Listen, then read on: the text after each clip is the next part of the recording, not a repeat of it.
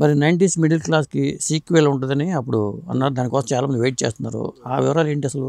ఉంటుంది sir sequel, but ఇమీడియట్గా లేదు, బట్ పక్కా ఉంది. ఓకే, సీక్వెల్ అయితే ఉంది, దాని కథ కూడా ఉంది, అది కూడా చాలా బాగుంటుంది. ఓకే, రెడీగా ఉంది అది కూడా, కాకపోతే ఇప్పుడే కాదు కొంచెం టైం. ఓకే. మరి ఇప్పుడు ఆదిత్య హాసన్ ఏం చేస్తున్నారు? ఇప్పుడు ఆదిత్య హాసన్ ఆనంద్ దేవరకొండ అండ్ వైష్ణవి చైతన్య తోటి ఎపిక్ అని ఒక మూవీ చేస్తున్నారు. యాజ్ ఆఫ్ నో యూకేలో షూట్ జరుగుతుంది. అది సార్, అది సితారా ఎంటర్టైన్మెంట్స్లో జరుగుతుంది సార్ ప్రాజెక్ట్. మంచి ప్రాజెక్ట్ వచ్చింది అది.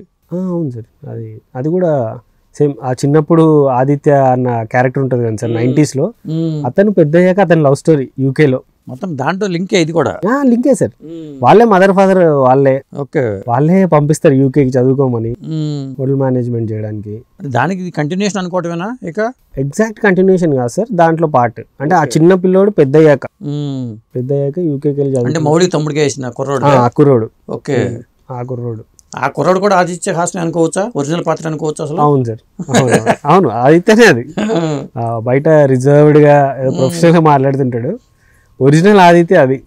అంత ఫన్నీగా అంత ఫ్రెండ్లీగా ఉంటుంది. మరి ఇంత టాలెంట్ ఎట్లా వచ్చింది? ఇప్పుడు దాంట్లోనే మార్కులు రావా కుర్రోడికి, తమ్ముడికి చదువులో పోరు, మరి అట్లాంటి ఆదిత్య మరి ఎట్లా ఇంత టాలెంట్ వచ్చింది అతనికి? అంటే మార్కులకి క్రియేటివిటీకి సంబంధం లేదు కానీ సార్, ఆ క్రియేటివిటీ అన్నది ఉంది సార్ మన వాళ్ళు. మన ముందు నుంచి కూడా ఫిలిమ్స్ అవన్నీ బాగా ఇంట్రెస్ట్ అంటారు. లాస్ట్ బెంచ్ స్టూడెంట్ కి ముందు బెంచ్ స్టూడెంట్ తేడా ఉంటుందండి.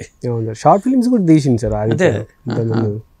లగ్గం అని ఒక షార్ట్ ఫిల్మ్ తీసాడు. సో అది ఎప్పటి ఉంది మనోడిలో, ఆ రైటింగ్ టాలెంట్ ఎప్పటి నుంచో ఉంది. దాన్ని మనోడు కొంచెం అదే. ఇప్పుడు నాకేమనిపిస్తుంది అంటే ఈ 90s మిడిల్ క్లాస్ చూసిన తర్వాత కానీ, లిటిల్ హార్ట్స్ చూసిన తర్వాత కానీ, ఇలాంటి యంగ్ టాలెంట్ కోసం మొత్తం పెద్ద పెద్ద సంస్థలను ఎదుగుతూ ఏమనిపిస్తుంది? అవును సార్, ఎందుకంటే చాలా క్రియేటివ్గా చూపిస్తున్నారు, న్యాచురల్గా ఉంటుంది, యూత్కి కనెక్ట్ అవుతుంది. ఇప్పుడున్న యూత్కి సినిమా థియేటర్ రారనుకునే వాళ్ళకి కనెక్ట్ అవుతుంది. థియేటర్కి వచ్చేది ఎక్కువ యూతే వస్తున్నారు, పెద్దవాళ్ళు రావట్లే. అందుకని పెద్ద ప్రాజెక్టులే, కానీ పెద్ద సంస్థలు కూడా ఇలాంటి యంగ్ టాలెంట్ కోసం వెతుకుతారేమో అనిపిస్తుంది నాకు. అవును సార్, ఉంది సార్. అది కూడా కాల్స్ అయితే వచ్చినాయి సార్, డైరెక్టర్కి వచ్చాయి. ఓకే, డైరెక్టర్కి కంపెనీస్ పెద్ద పెద్ద ప్రొడక్షన్ హౌస్ నుంచి కాల్స్ వచ్చాయి మూవీస్ చేయడానికి. సైన్ కూడా చేస్తున్నాడు. డీటెయిల్స్ తొందరలో వస్తాయి సార్ బయటకి. అదే, ఇప్పుడు ఈ సినిమాకి వచ్చేసరికి లిటిల్ హార్ట్స్కి డైరెక్టర్గా మిమ్మల్ని వాళ్ళు సెలెక్ట్ చేసుకోవడం కారణం ఏంటి? నన్ను డైరెక్టర్ సెలెక్ట్ చేయలేదు సార్, యాక్చువల్ డైరెక్టర్కి ఇష్టం లేదు నన్ను పెట్టుకోవడం ఎడిటింగ్ పరంగా. ఎందుకంటే ఆయనకు ఒక ఫేవరెట్ ఎడిటర్ ఉన్నాడు సార్ ఇండస్ట్రీలో. ఓకే, సో అతన్నే పెట్టుకోవాలని ఉండే. ఎవరైనా పేరు ఎందుకు లేండి సార్, పేర్లు వద్దులేండి. సో అతన్ని పెట్టుకోవాలని చాలా ఇంట్రెస్టెడ్ ఉండే, మారుతాడు. ఓకే, అయితే ఆదిత్య ఇన్సిస్ట్ చేశాడు సార్.